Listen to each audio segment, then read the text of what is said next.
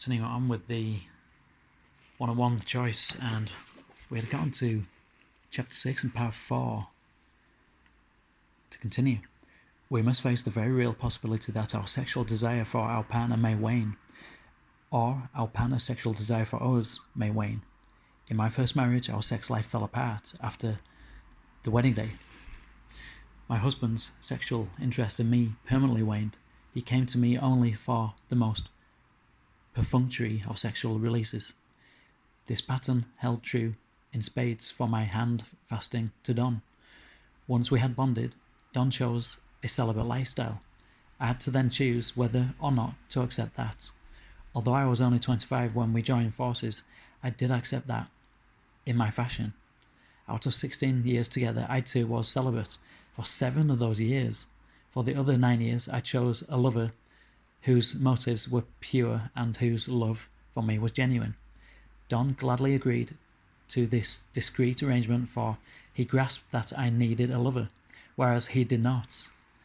He knew well how I adored him. We were extremely well mated otherwise. With Jim McCarthy's and my mating, the situation was quite different.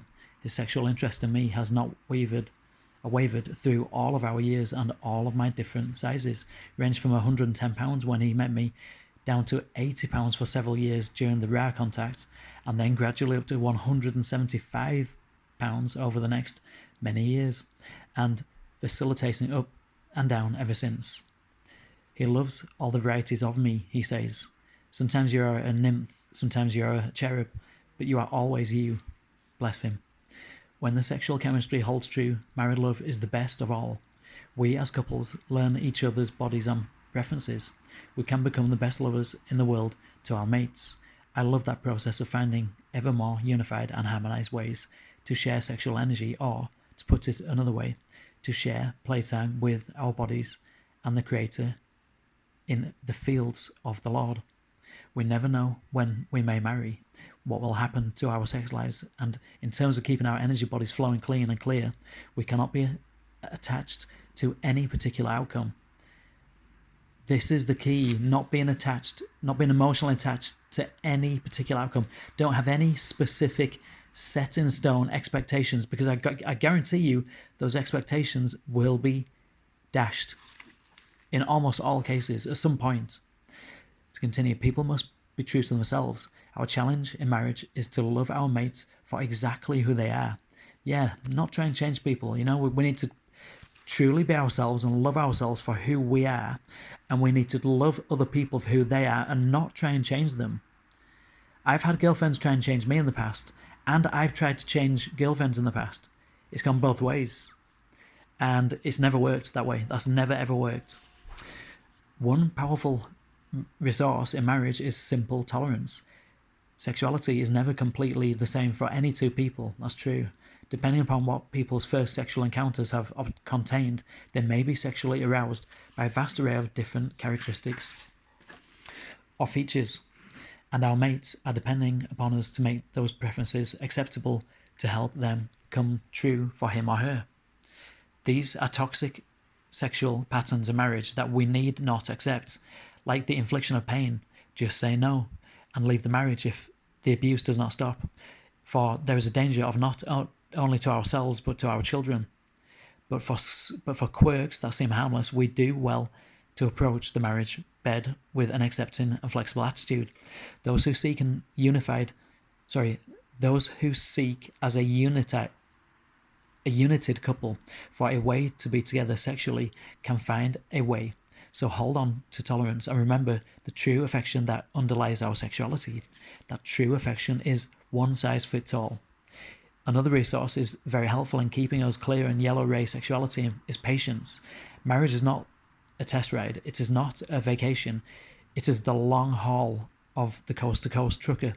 So be ready to live and learn. Figure the first 10 years or so to be a shakedown cruise.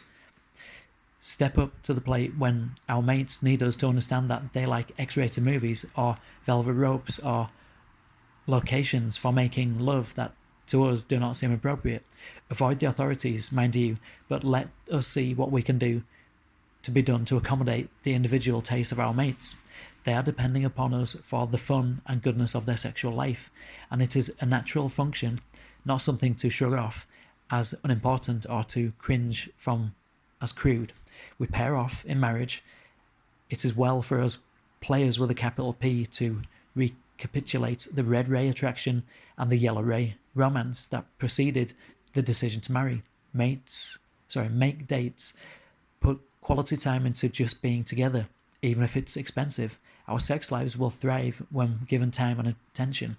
Our culture expects us to count off twos forever, more and more. We do not oblige, at least not for a while, not for a whole lifetime. And it is our loss, having experienced the benefits of working through the issues of relationships over decades of time.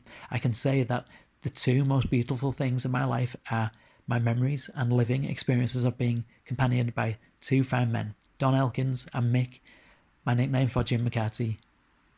Quote comments, beauty from the yellow ray energy becomes a far more subtle and rich textured thing, for within the yellow ray energy lies mated relationships, and it is within the safety and intimacy of such continuing and prolonged relationships that those who became spiritually mature are able to greatly to broaden and enhance their concept of beauty.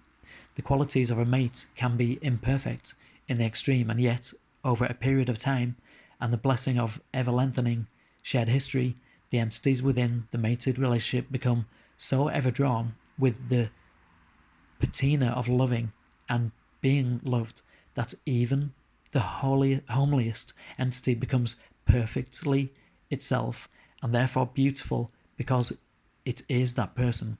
And finally, the laden and heavy weight of physical opinion of beauty becomes that which we can take off like the kite in the wind, soaring with the energy of the wind of love. The yellow ray environments, and this is Ra, channeled through L&L research on April the 18th, 1981. Ra states, the yellow ray body is your physical vehicle which you know of at this time and in which you experience catalyst.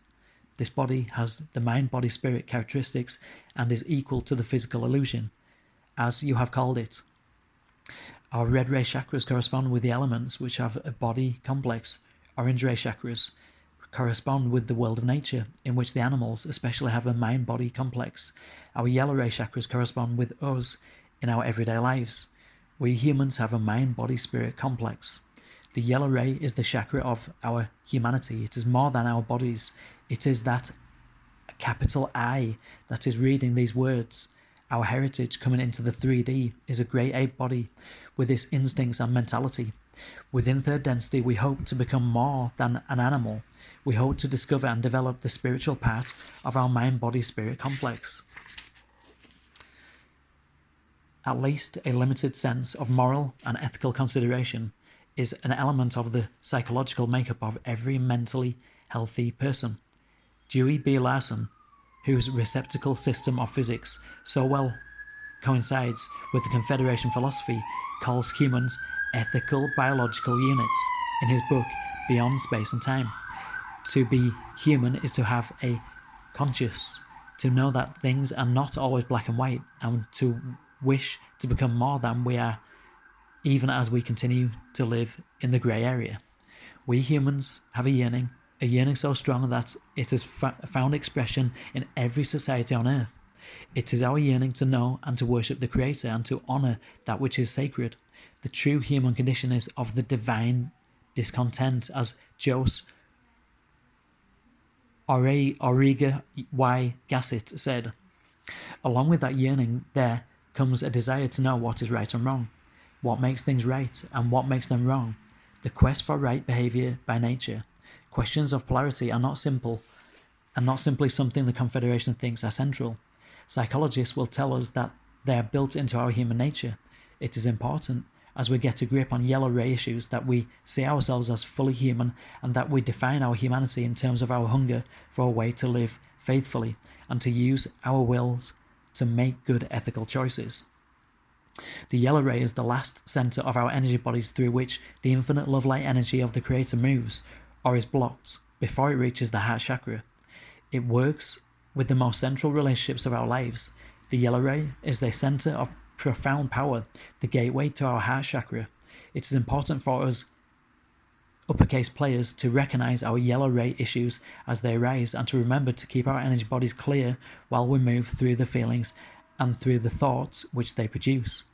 In appearance, the yellow ray energy center has a rounded, star-like shape with many facets or petals being developed as we clear and balance the center.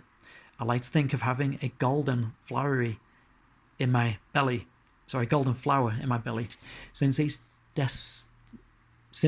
density, according to the Confederation, consists of present density plus tinges of the density to come, hints of the green ray density dangled before the third density player, as the carrot tempting the horse.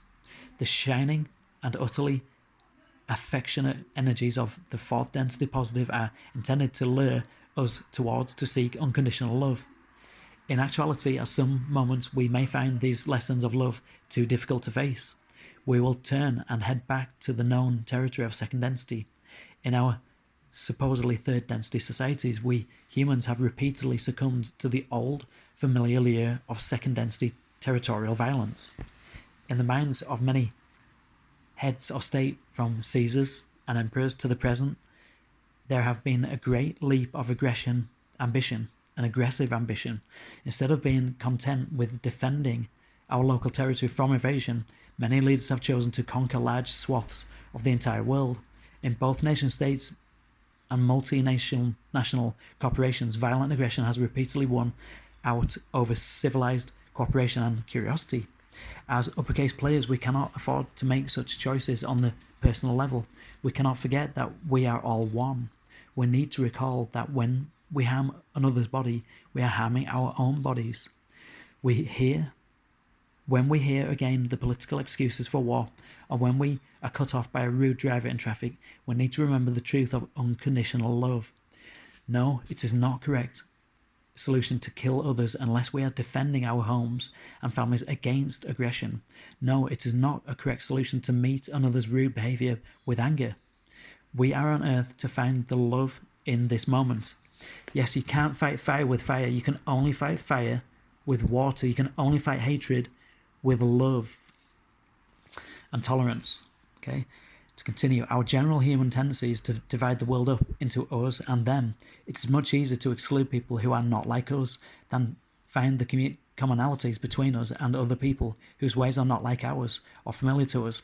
A particularly diverse human trait is having racial, religious, and ethical prejudice towards various of these groups here on Earth.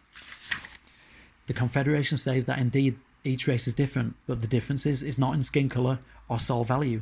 It is in the qualities and makeup of our archetypal minds. Since we all, in terms of DNA, come from elsewhere, or we were altered genetically by extraterrestrials in the far distant past. According to the Confederation, our Earth archetypes are somewhat overlaid with the archetypal minds of our planets of origin. This cultural diversity is a rich and heady mix of different ways of valuing and seeing our bodies, our minds, and surrounding culture with each other. We have all spent many lifetimes in these various genetically coded racial bodies, learning the riches of each archetypal system. Potentially, as we all have become old souls here, we can become extremely tolerant of each other's perceived differences. It is unfortunate that the pull of second density behaviour is still so strong in us. Prejudice is alive and well here in the last days of third density. We need to wash these thoughts out of our minds when we find them lurking there. This will take every ounce of passion and determination we have within us. Prejudice is a sneak thief. If we let it in, it will rob us of our hope of becoming more than we are now. It will close up our yellow ray chakras as tight as a drum, and then our hearts will stay closed. When we think of issues concerning prejudice, we think of dramatic movements such as the desegregation of our schools or the laws created to ensure fairness in hiring practices. But for the average person, prejudice is the small things. It is the people we allow our children to befriend and those we do not. It is in calling one person by a title of respect and another person of the same age but different skin colour by his first name. That's a good place to stop, and I will see you in the next part.